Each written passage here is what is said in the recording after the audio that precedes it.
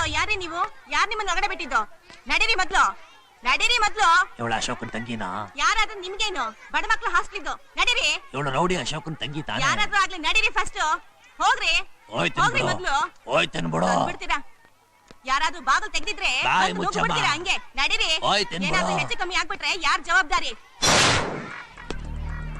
ನಾನು ಸರ್ ಸೇತುರಾಮ್ ಬರ್ತಾ ಇದ್ದೀನಿ. ಎಲ್ಲ ವಿಷಯ ಗೊತ್ತಾಗೋಯ್ತು. I am coming.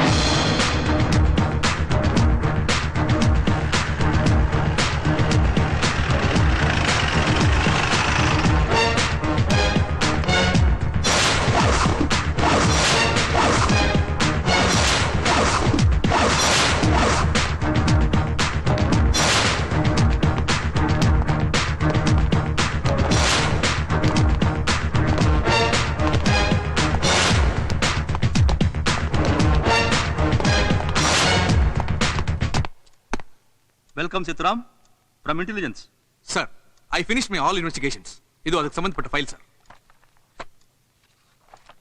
Sir, public ಮತ್ತೆ ಪೊಲೀಸ್ ಡಿಪಾರ್ಟ್ಮೆಂಟ್ ಅನ್ಕೊಂಡಿರೋ ಹಾಗೆ ಅಶೋಕ ಒಬ್ಬ ಅಂಡರ್ವರ್ಲ್ಡ್ ಡಾನ್ ಅಲ್ಲ ಸರ್. ಡಾನ್ ಅನ್ನೋ ಅಣೆಪಟ್ಟಿ ಅಣಿಸ್ಕೊಂಡಿರೋ ಒಬ್ಬ leader sir.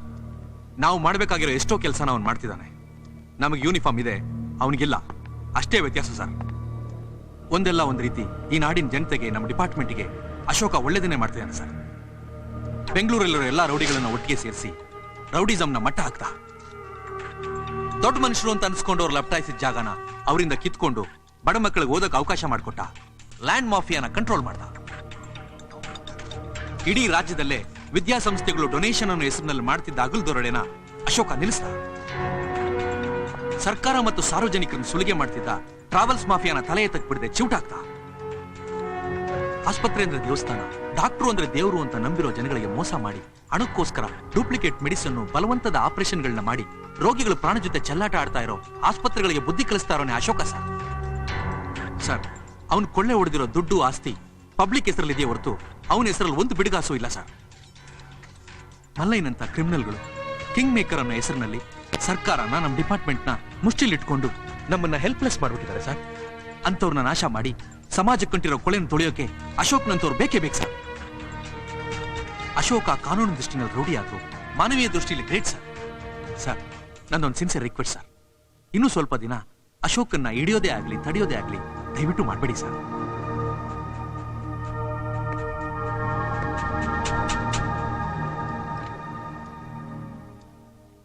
How can it be possible Sethuram?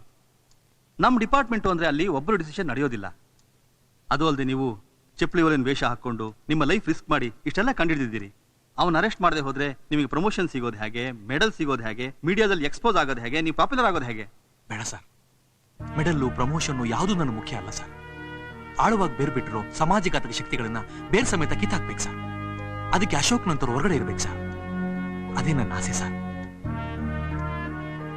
Ashoka IPS select ಆಗಿದ್ದವನು ಸರ್. ಅಚಾತುರ್ಯದಿಂದ ಅವನ ಕೈಯಲ್ಲಿ ನಮ್ಮ ಡಿಪಾರ್ಟ್ಮೆಂಟ್ ಅಲ್ಲಿ ಸರ್ವಿಸ್ ಮಾಡಕ್ ಆಗಲಿಲ್ಲ ಸರ್. ಅವನಿಗಿರುವ ಕ್ವಾಲಿಫಿಕೇಶನ್ಗೆ ಯಾವ್ದಾದ್ರು ಮಲ್ಟಿನ್ಯಾಷನಲ್ ಕಂಪನಿ ಕೆಲಸಕ್ಕೆ ಸೇರ್ಕೊಂಡು ಲಕ್ಷಾಂತರ ರೂಪಾಯಿ ಸಂಬಳ ತಗೊಂಡು ಸೆಟ್ಲ್ ಆಗ್ಬೋದು ಸರ್. ಆದ್ರೆ ಅವನಿಗೆ ಜನಗಳ ಬಗ್ಗೆ ಪ್ರೀತಿ ಇದೆ ಸರ್, ಸಮಾಜದ ಬಗ್ಗೆ ಕಾಳಜಿ ಇದೆ sir. Ashoka is legend sir. His thoughts are different. Is great sir.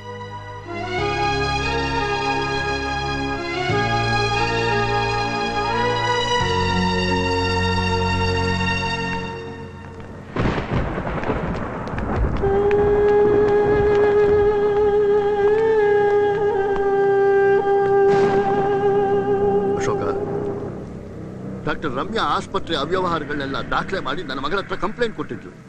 ನನ್ನ ಮಗಳು DIG ಹತ್ರ ಎಲ್ಲ ಕನ್ಸಲ್ಟ್ ಮಾಡಿ ಆ ಮಲ್ಲಯ್ಯನ್ನ ಅರೆಸ್ಟ್ ಮಾಡೋದಕ್ಕೆ ಪರ್ಮಿಷನ್ ಕೇಳಿದ್ಲು. ಯಾವ ಕಾರಣದ ಕೈ ಇದ್ರ ಹಿಂದೆ ಕೆಲಸ ಮಾಡ್ತಿದ್ಯೋ ನನಗೆ ಗೊತ್ತಿಲ್ಲ. ರಾತ್ರಿ ಮನೆಗೆ ನುಗ್ಗಿ ಬಂದು ನನ್ನ ಮಗಳು ಒಬ್ಳು ಪೊಲೀಸ್ ಆಫೀಸರ್ ಅನ್ನೋದನ್ನು ಮರೆತು ದಾರುಣವಾಗಿ ದರ್ದನ ಅಂತ ಬೀದಿಲಿ ಹೇಳ್ಕೊಂಡು ಹೋದ್ರು. ಈಗ ಅರೆಸ್ಟ್ ಮಾಡ್ಕೊಂಡು ಹೋದ ಪೊಲೀಸ್ ಆಫೀಸರೇ ಅರೆಸ್ಟ್ ಮಾಡಲಿಲ್ಲ ಅಂತ ಹೇಳ್ತಾ ಇದ್ದಾರೆ. ಕರ್ತವ್ಯವೇ ದೇವರು ಅಂತ ನಂಬಿದ ನನ್ನ ಮಗಳು ಡಿಪಾರ್ಟ್ಮೆಂಟ್ಗೋಸ್ಕರ ಸಿನ್ಸಿಯರ್ ಆಗಿ ದುಡಿದ್ಲು. ಆದ್ರೆ ಈಗ ಅದೇ ಡಿಪಾರ್ಟ್ಮೆಂಟು ಅವಳ ಪ್ರಾಣ ಬಲಿ ತೆಗೆದುಕೊಳ್ಳೋಕೆ ಹೊರಟಿದೆ. ನನ್ನ ಎದುರಿಗೆ ಅರೆಸ್ಟ್ ಮಾಡ್ಕೊಂಡು ಕರ್ಕೊಂಡು ಹೋಗಿ ಈಗ ಅರೆಸ್ಟ್ ಮಾಡಲೇ ಇಲ್ಲ ಅಂತ ಹೇಳ್ತಾ ಇದ್ದಾರೆ. ನನ್ನ ಹುಚ್ಚ ಅಂತ ಇದ್ದಾರೆ. ನನಗೆ ಯಾವ ಡಿಪಾರ್ಟ್ಮೆಂಟ್ ಮೇಲೂ ನಂಬಿಕೆ ಇಲ್ಲ, ಯಾರ ಮೇಲೂ ನಂಬಿಕೆ ಇಲ್ಲಪ್ಪ. ನನಗೆ ನನ್ನ ಮಗಳು ಬೇಕು. ಒಬ್ಬ ತಂದೆಯಾಗಿ ನಿನ್ನ ಬೇಡ್ಕೋತಾ ಇದ್ದೀನಿ, ನನ್ನ ಮಗಳು ಉಳಿಸ್ಕೊಡು. ನನ್ನ ಮಗಳು ನನಗೆ ಬೇಕಪ್ಪ, ನನ್ನ ಮಗಳು ನನಗೆ ಬೇಕು, ನನಗೆ ಬೇಕು.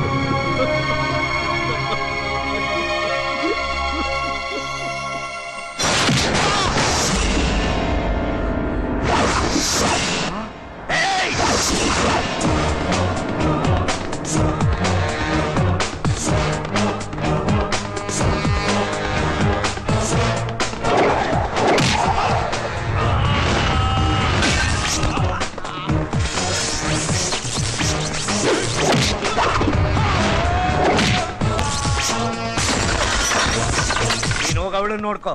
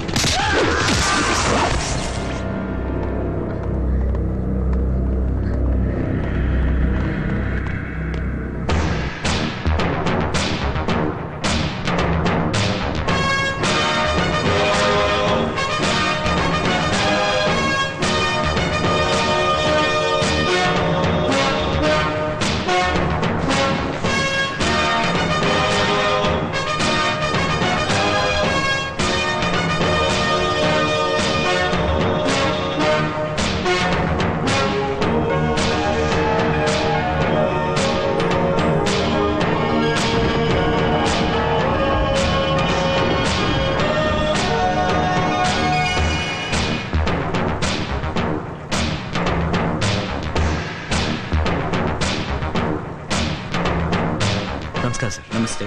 Please take your seat.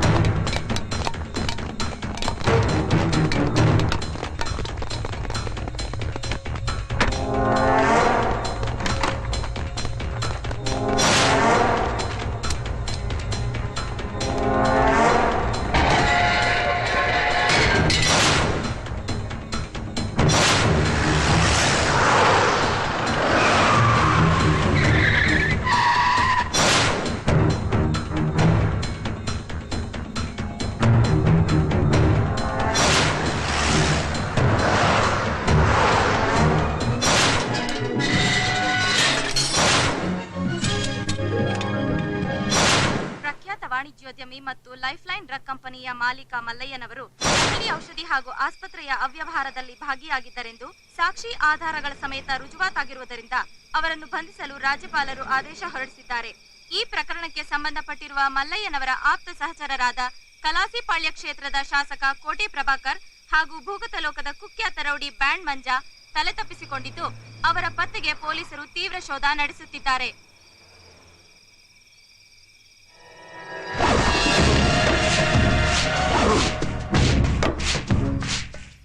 Ashoka, ಈಗ ಬರ್ತೀನಿ ಹೊರಗಡೆ.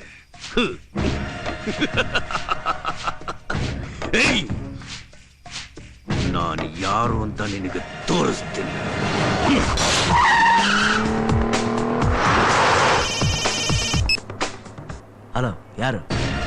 Mallayya, Malur Mallayya alias Malleshwara Prasad the king maker. ಈಗ ಚಪ್ಪರ್. ಏಯ್, ನನ್ನನ್ನ ಕೇರ್ ಆಫ್ ಫುಟ್ಪಾತ್ ಮಾಡಿ ನೀನ್ ಮಾತ್ರ ಅಶೋಕ ಚಕ್ರವರ್ತಿ ತರ ಮೆರಿತಾ ಇದ್ಯಾ? ಇಲ್ಲ ಕಣೋ, ನೀನಿಲ್ಲಿ ಬರ್ಬೇಕು. ಬಂದೇ ಬರ್ತೀಯ.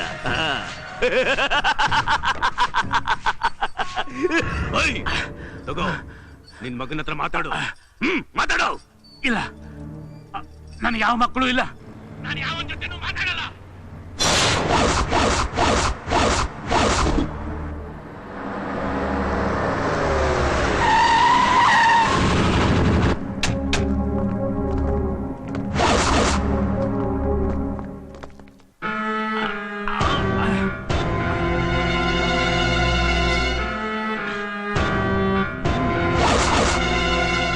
ಏನಂಗ್ ಗುರಾಯಿಸ್ತಿದ್ಯಾ? ಹೇಯ್, ಇದು ನನ್ನ ಒರಿಜಿನಲ್ ಗೆಟಪ್ ಕಣ.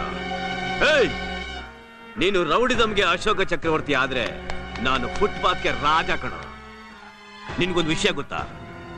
ಈ ಜಾಗ ಮೊದಲು ಕೆರೆ, ಧರ್ಮಾಂಬುದಿ ಕೆರೆ. ಈಗ KSRTC ಬಸ್ ಸ್ಟ್ಯಾಂಡ್. ಇಲ್ಲಿ ಹಾಕಿದ ಮೊದಲನೇ ಪಿಲ್ಲರ್ಗೆ ನನ್ನ ತಾಯಿ ಜೋಳಿಗೆ ಕಟ್ಟಿ ಜೋ ಜೋ ಜೋ ಜೋ ಜೋ ಜೋ ಅಂತ ಲಾಲಿ ಹಾಡ್ತಾಳೆ. ಆಗ ನಾನು ಮಲಗ್ತಾ ಇರ್ಲಿಲ್ಲ. ನನ್ನ 2 ಕಣ್ಣುಗಳಿಂದ ಈ ಖರಾಬ್ ದುನಿಯಾ ನಾನು ನೋಡ್ತಾ ಇದ್ದೆ. ಇದೇ ಜಾಗದಲ್ಲಿ ನಾನು ಬೀಡಿ ಸಿಗರೇಟ್ ನ ಮಾರ್ತಾ ಇದ್ದೆ. ಬೀಡಿ ಸಿಗರೇಟ್, ಸಿಗರೇಟ್ ಬೀಡಿ, ಬೀಡಿ ಸಿಗರೇಟ್. ನನ್ನ ಲೈಫಲ್ಲಿ ಫಸ್ಟ್ ಟೈಮ್ ಪಿಕ್ ಪಾಕೆಟ್ ಮಾಡಿದ್ದೆ. ಯಾವ್ರಿಗೂ ಬೇಕಣ? ಟಿಕೆಟ್ ಸಿಗ್ತಾ? ನೋಡು, ಇದೇ ಜಾಗದಲ್ಲಿ ಫಸ್ಟ್ ಟೈಮ್ ಕಟಾಕ್ ಅಂತ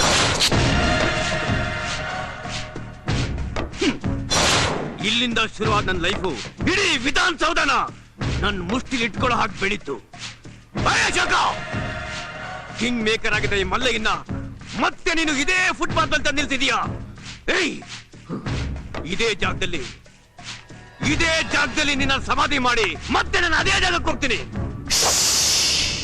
ಏಯ್, ಪ್ರತಿಯೊಬ್ರು ಪ್ರಯಾಣ ಪ್ರಾರಂಭ ಆಗೋದು ಈ ಬಸ್ ಸ್ಟ್ಯಾಂಡ್ ನಲ್ಲೇ ಕಣೋ. ಎಲ್ರು ಒಳ್ಳೊಳ್ಳೆ ದಾರಿಲಿ ಪ್ರಯಾಣ ಮಾಡಿ ಒಳ್ಳೊಳ್ಳೆ ಜಾಗ ಸೇರ್ತಾರೆ. ಆದ್ರೆ ನಿನ್ನಂತ ಹಲಾಲ್ ಕೋರರು ಕೆಟ್ಟ ದಾರಿಲಿ ಪ್ರಯಾಣ ಮಾಡಿ ಹೊಲ್ಸ್ ಜಾಗನ ಸೇರಿ ಇಡೀ ಸಮಾಜ ಹೊಲ್ಸ್ ಮಾಡ್ತೀರಾ. ನಿನ್ನಂತವ್ರನ್ನ ಇನ್ನೊಂದು ಪ್ರಯಾಣ ಮಾಡಕ್ ನಾನ್ ಬಿಡೋದಿಲ್ಲ. ಎಲ್ಲಿಂದ ನಿನ್ ಜೀವನ ಪ್ರಾರಂಭ ಆಯ್ತು ಅಲ್ಲೇ ನಿನ್ ಮುಗಿಸ್ತೀನಿ.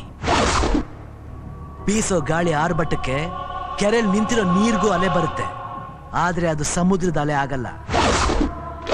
ಈ ಅಶೋಕ ಸುನಾಮಿ ಇದ್ದಂಗೆ, ಎದ್ರೆ ಕೊಚ್ಕೊಂಡು ಹೋಗ್ತೀಯ.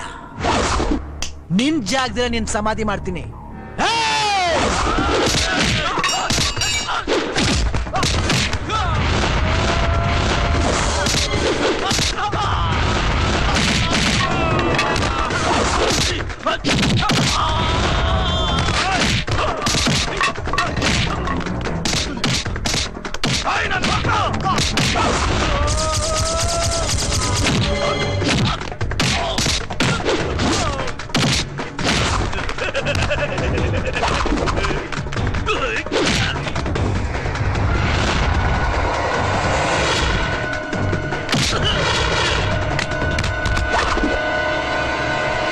ಪಾಪ ಅಶೋಕ.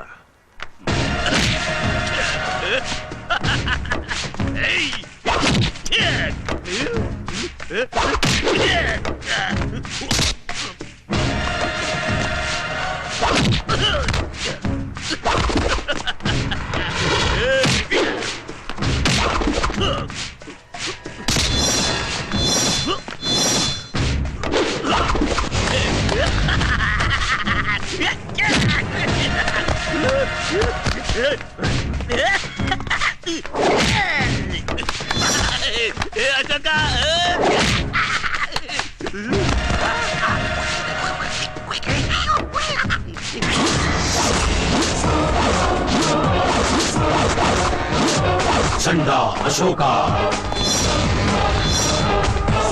ಚಂಡ ಅಶೋಕ.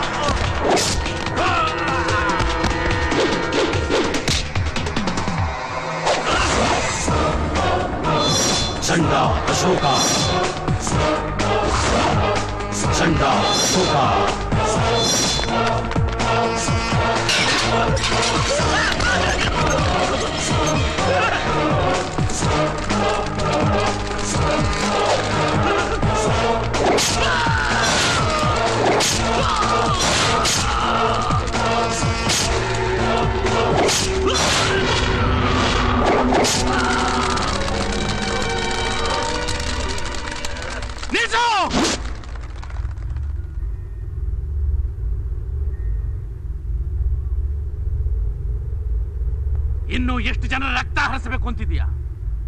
ಎಷ್ಟು ಜನರ ಬಲಿ ತಗೋಬೇಕು ಅಂತಿದ್ಯಾ? ನೀನ್ ಇಂಥ ರಕ್ತ ಪಿಶಾಚಿ ಆಗ್ತೀಯ ಅಂತ ಗೊತ್ತಿದ್ದಿದ್ರೆ ನೀನು ಹುಟ್ಟಿದಾಗಲೇ ತುಂಡು ತುಂಡ ಕತ್ತರಿಸಿ ಬಿಡ್ತಿದ್ದೆ. ಆ ಹಕ್ಕು ಈಗ್ಲೂ ಇದೆಯಪ್ಪ. ನಿಮ್ಗೆ ಸಂತೋಷ ಸಿಗೋದಾದ್ರೆ ಆ ಕೆಲಸ ಈಗ್ಲೇ ಮಾಡ್ಬಿಡು. ತಗೋಪ್ಪ, ತಗೋ. ಶಬಾಷ್! ಇದೊಂದೇ ಕಣೋ ನೀನು ಮಾಡ್ತಿರೋ ಸರಿಯಾದ ಕೆಲಸ. ಸಾರ್ಥಕವಾಯ್ತು ನೀನ್ ನನ್ನ ಮಗನಾಗ ಹುಟ್ಟಿದ್ದಕ್ಕೆ.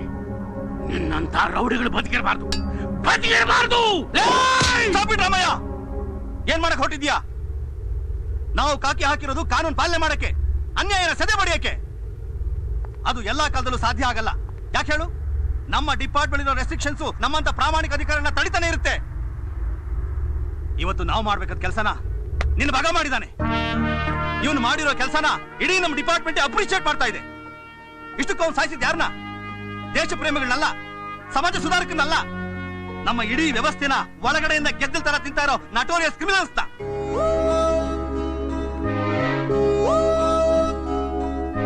ನಮ್ ಡಿಪಾರ್ಟ್ಮೆಂಟ್ನವರು ಯಾವುದೇ ಕಾರಣ ಇಲ್ಲದೆ ಅರ್ಧರಾತ್ರಿಲಿ ನನ್ನನ್ನ ಅರೆಸ್ಟ್ ಮಾಡಿದ್ರು. ಮಲ್ಲಯ್ಯನಂಥ ನೀಚರಿಗೆ ಸಪೋರ್ಟ್ ಮಾಡಿದ್ರು. ಇವತ್ತು ನಾನು ಬದುಕಿದ್ರೆ ಅದಕ್ಕೆ ನಿಮ್ ಮಗನೇ ಕಾರಣ. ಆಸ್ಪತ್ರೆಯಲ್ಲಿ ನಡೀತಿದ್ದ ನಕಲಿ ಔಷಧಿ ದಂಧೆನ ಬಯಲ್ಗೆಳಿಯೋಕೆ ನಿಮ್ ಮಗ ಸಹಾಯ ಮಾಡ್ದ. ಇದ್ರಿಂದ ಎಷ್ಟೋ ಮುಗ್ಧ ಜನ ಬಲಿ ಆಗೋದನ್ನ ತಪ್ಪಿಸ್ದ. ಬಡ ಮಕ್ಕಳಿಗೆ ಆಶ್ರಮ ಕಟ್ಸ್ದ. ಎಷ್ಟೋ ಅಮಾಯಕರ ಕಣ್ಣೀರ್ ಒರೆಸ್ದ. ರಾಮಯ್ಯ, ಒಬ್ಬ ನಿಷ್ಠಾವಂತ ಕಾನ್ಸ್ಟೇಬಲ್ ಆಗಿ ನಿನ್ನ ಮಗ ಒಬ್ಬ IPS ಆಫೀಸರ್ ಆಗ್ಲಿ ಅಂತ ನೀನು ಕನಸು ಕಂಡೆ ನಿಜ. ಆದ್ರೆ ನಿನ್ನ ಕನಸಿಗೆ ಧಕ್ಕೆ ತರುವಂತ ಯಾವ ಉದ್ದೇಶವೂ ಅವನಿಗಿರಲಿಲ್ಲ. ಅವತ್ತು ಮಲ್ಲಯ್ಯನಿಂದ ಎದುರಾದ ಪರಿಸ್ಥಿತಿನೇ ಇದಕ್ಕೆಲ್ಲ ಕಾರಣ. ನೀ ತಿಳ್ಕೊಂಡಿರೋ ಹಾಗೆ ನಿನ್ನ ಮಗ ಯಾವ ತಪ್ಪು ದಾರಿನೂ ಹಿಡಿದಿಲ್ಲ. ಅವನ ದಾರಿಗೆ ಒಂದು ಗುರಿ ಇದೆ, ಒಂದು ಆದರ್ಶ ಇದೆ. ಅಶೋಕನ್ ತಂದೆ ಅಂತ ಹೇಳ್ಕೊಳ್ಳೋದಿಕ್ಕೆ ನೀನು ಹೆಮ್ಮೆ ಪಡಬೇಕು.